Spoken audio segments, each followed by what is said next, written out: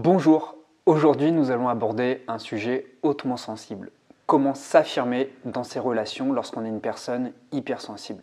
Vous avez peut-être des difficultés pour vous affirmer au travail ou même dans votre vie sociale, dans vos cercles d'amis, d'afficher qui vous êtes et d'être parfaitement authentique. Ça veut dire quoi? Ça implique quoi?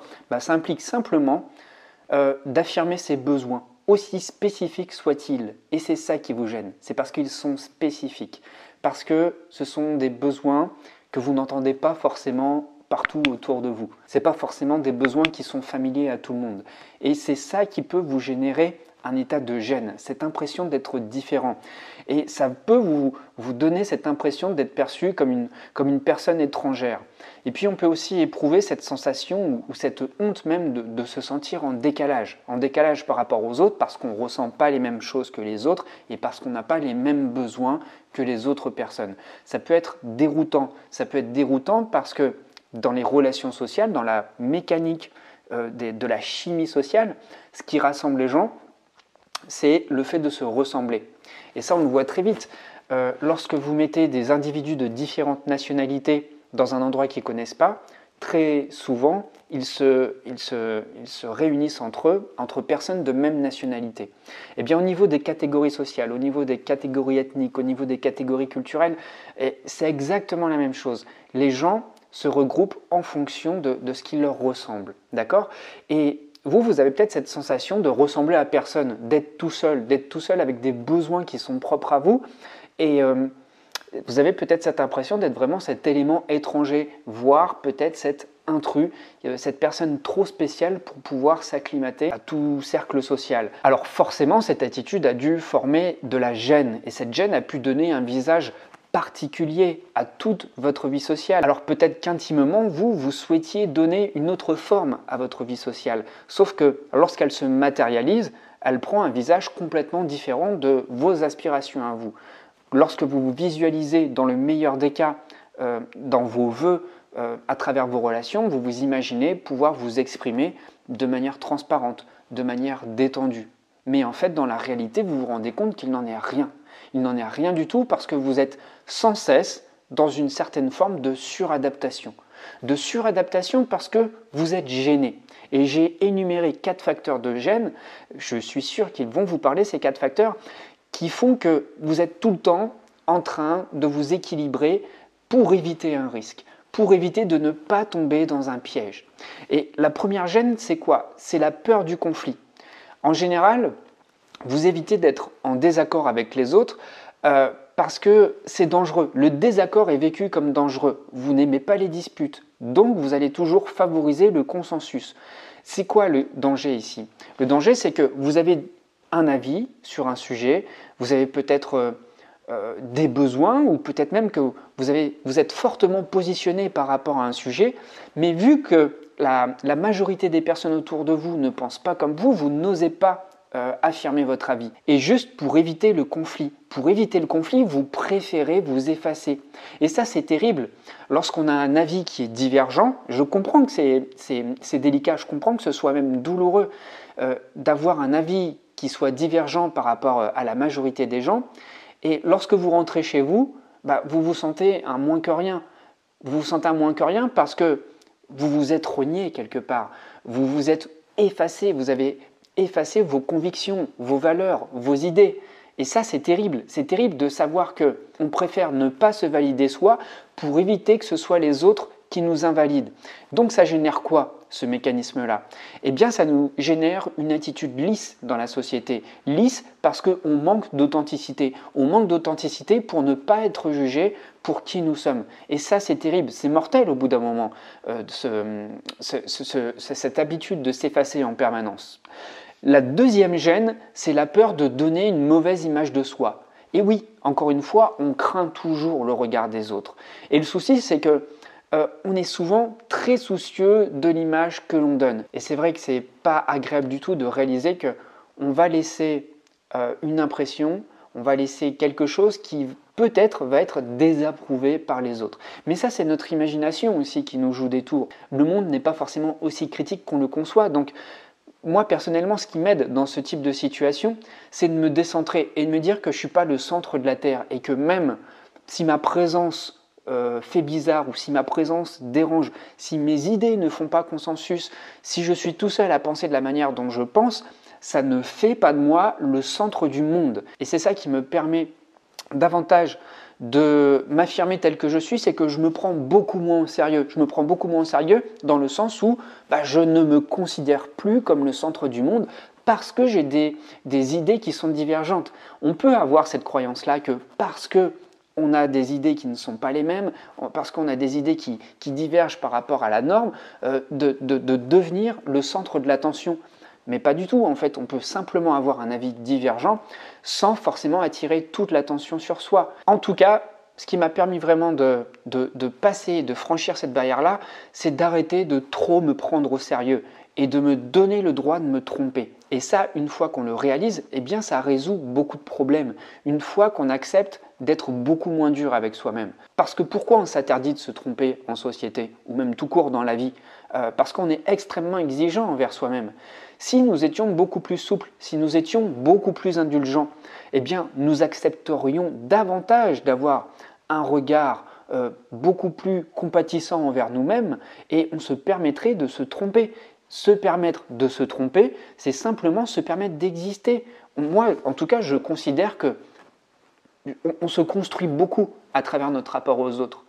Évidemment, on se construit beaucoup soi-même tout seul, mais les relations sociales sont un formidable catalyseur pour enrichir notre développement, pour nous construire.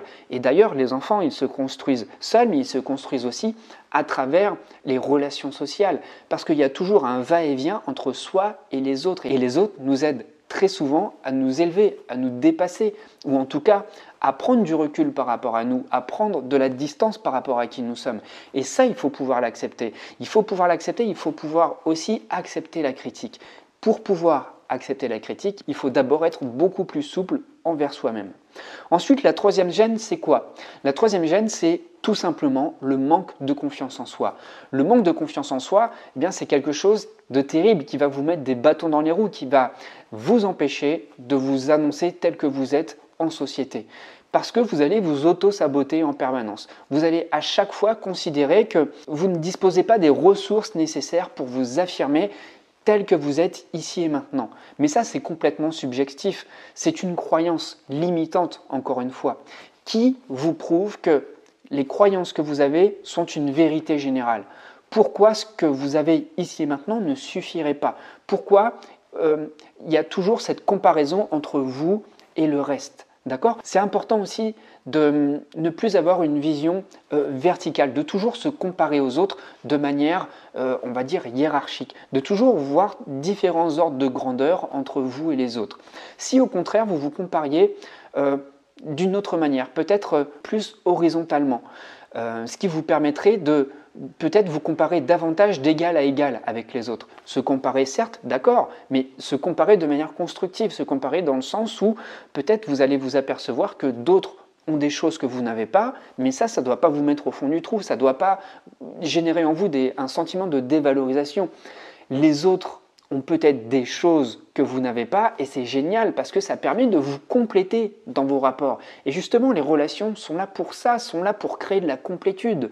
Et c'est en ça que lorsqu'une relation marche, on se sent entier, on se sent complété, comme deux pièces de puzzle qui s'imbriquent et qui viennent former un tout. Eh bien, c'est de cette manière-là qu'il faut voir vos relations. Et vous n'avez pas à manquer de confiance en vous. Alors c'est facile à dire, je sais, c'est un entraînement, mais juste le fait de comprendre que les autres ont des ressources que vous n'avez pas, mais que l'inverse est valable aussi. Vous avez forcément des ressources que les autres n'ont pas. Et c'est comme ça que vous allez réussir à vous compléter. Et puis la quatrième gêne, c'est de ne pas ressentir la légitimité pour s'opposer dans vos relations. Eh bien oui, parce que s'opposer, ça fait aussi partie de l'affirmation de soi. S'opposer, c'est simplement dire qu'on n'est pas d'accord. Dire qu'on n'est pas d'accord parce que on a des convictions, on a des valeurs, on a des idées qui sont bien à soi. Et peut-être que ce questionnement vient souvent de croyances telles que des questionnements qui vont tourner dans votre tête et qui peuvent vous faire dire à chaque fois en permanence « Mais qui es-tu pour affirmer ton opinion ?» Vraiment, tu viens d'où? Tu es qui? T'as fait quoi pour dire ça? C'est quoi ta place? Est-ce que tu es vraiment sérieux? Je les ai notées là. En tout cas, c'est les premières phrases qui me sont venues dans la tête parce que vous vous doutez bien que je suis passé par là. Est-ce que c'est bien justifié d'avoir cet avis-là? Qu'est-ce que va penser l'autre? Est-ce que vraiment, par rapport à l'autre, je suis mieux placé pour parler de cette chose-là? Est-ce que tout ça, ça vous parle? Eh bien, ce qui va vous aider vraiment, c'est de simplement arrêter de vous prendre au sérieux. Arrêtez de vous prendre au sérieux et ça va déjà vous permettre de vous décentrer et vous comprendre que vous n'êtes pas le centre de l'univers. D'accord? Le monde ne tourne pas autour de vous. Vous avez le droit d'avoir un avis différent, vous avez le droit de vous opposer, vous avez le droit de diverger et ce n'est pas pour autant que toute l'attention va être braquée sur vous. D'accord? C'est simplement la vie. La vie, c'est qu'on est tous des personnes singulières, on a tous des avis, on a tous des filtres, on a tous une expérience, on a tous une histoire qui nous est propre. Par conséquent, on voit tous de nature les choses de manière différente. Et s'il y a un consensus autour des idées, voilà, c'est un phénomène qui est naturel. Néanmoins, il y a toujours eu des dissidents à des consensus. Et parfois, ce sont ces dissensions qui ont permis à l'histoire d'avancer, qui ont permis aux choses d'évoluer, qui ont permis aussi à l'humanité de s'élever. Je n'ai jamais vu de progrès technique, de progrès moral, de progrès humain sans qu'il y ait de l'opposition, sans qu'il y ait de la discussion, sans qu'il y ait de l'opposition. C'est normal de s'opposer. Alors il ne faut pas en faire un mécanisme non plus, mais juste comprendre que c'est un mécanisme naturel qui fait partie simplement des relations humaines. Alors sachez que tout ce que je vous dis avec une certaine conviction, même une certaine véhémence. Je vous le dis parce que je trouve ça vraiment dommage de se laisser asphyxier par ce type de pensée, par ce type de croyance. Vous vous en doutez, j'ai traversé les mêmes problèmes et ça m'a pris bien du temps pour m'émanciper de tout ça. En fait, j'ai traversé différentes étapes dans ma vie relationnelle où à chaque fois, je manquais d'authenticité. Et je le déplorais, ça m'énervait parce que à chaque fois que je sortais de réunions sociales, d'interactions sociales, quand je rentrais chez moi tout seul, je me sentais tellement con de m'être effacé. Et c'est dommage parce que à force de contrôler son image, à force de contrôler le qu'en dira-t-on, eh bien, on s'efface soi-même. Mais même vis-à-vis de soi, on se renie. On se renie parce qu'on s'empêche d'exister tel que nous sommes. Si ce n'est pas de la punition, ça, c'est quoi? Et vous savez, mon plus gros problème, c'était vraiment d'affirmer mes besoins.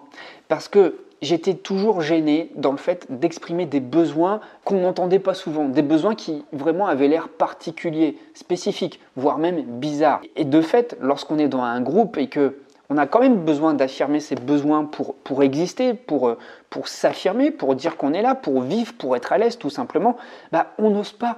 On n'ose pas et on essaie simplement de mettre ses besoins à la trappe pour faire comme les autres. Et ça, il y a tellement de personnes qui se retrouvent dans ce cas-là parce qu'elles sont gênées avec leur sensibilité, parce qu'elles sont gênées avec le fait d'être à fleur de peau, parce que la norme ne veut pas ça. Parce que la norme, elle vous dit, allez, bois un coup, on va rigoler, allez, ça va passer, allez, bois un coup, on va se distraire, etc. Mais vous, ce n'est pas forcément votre besoin. Votre besoin à vous, il est peut-être différent. C'est à vous de pouvoir l'affirmer. Alors maintenant, malgré mon hypersensibilité, les relations que je vis, elles sont beaucoup moins angoissantes, elles sont beaucoup plus apaisées et surtout, elles sont nourrissantes. J'arrive, je ne dis pas dans toutes les situations, mais j'arrive en tout cas à trouver le point d'enrichissement dans la relation, à trouver la chose qui va me nourrir chez cette personne. Et c'est le secret des relations, c'est toujours faire en sorte que cette interaction sociale avec cette personne qui est en face de vous vous apporte toujours quelque chose. D'accord?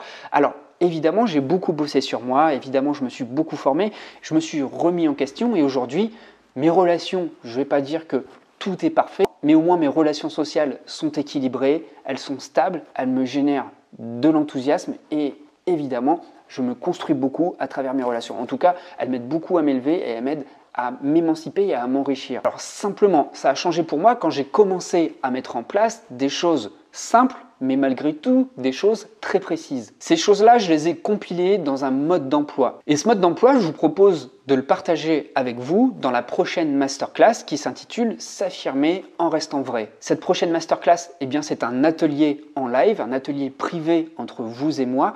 Si vous souhaitez réserver votre place, eh bien, cette masterclass aura lieu le dimanche 23 octobre à 20h30. Pour voir les conditions, vous avez simplement à cliquer sur le premier lien dans la description de la vidéo. Vous verrez tout le détail de cet atelier en ligne. Il Il y aura donc 3 modules à l'intérieur de cet atelier. Donc c'est vraiment du live, hein. Ça va être sous forme de discussion. On sera en temps présentiel, vous et moi. Donc c'est comme si je vous faisais un cours, comme si on était dans une petite classe et je vous faisais cours. Et ensuite, à l'issue des 3 modules qui vont être abordés, il y aura une session questions-réponses où vous pourrez me poser toutes les questions que vous voudrez. Et cette masterclass va durer, si mes estimations sont bonnes, entre 1h30 et 2h. Alors, vous savez tout maintenant. Si vous souhaitez davantage vous émanciper dans vos relations sociales, vous êtes au courant des gènes qu'on peut avoir. Vous savez que c'est important de se décentrer, de comprendre qu'on n'est pas le centre du monde et que même si nos avis sont différents, même si nos avis divergent, on a le droit de les affirmer. Et ce n'est pas pour autant que toute l'attention va être braquée sur nous. D'accord? Donc, je vous laisse méditer là-dessus, sur tous les points qu'on a abordés. Et si vous souhaitez réserver votre place à un tarif avantageux, c'est-à-dire assez rapidement, vous avez juste à cliquer dans le premier lien de la description et vous aurez accès à tous les détails et vous pourrez réserver votre place. Je vous remercie. On se retrouve aussi dans les commentaires. Je vous dis à très vite et portez-vous bien.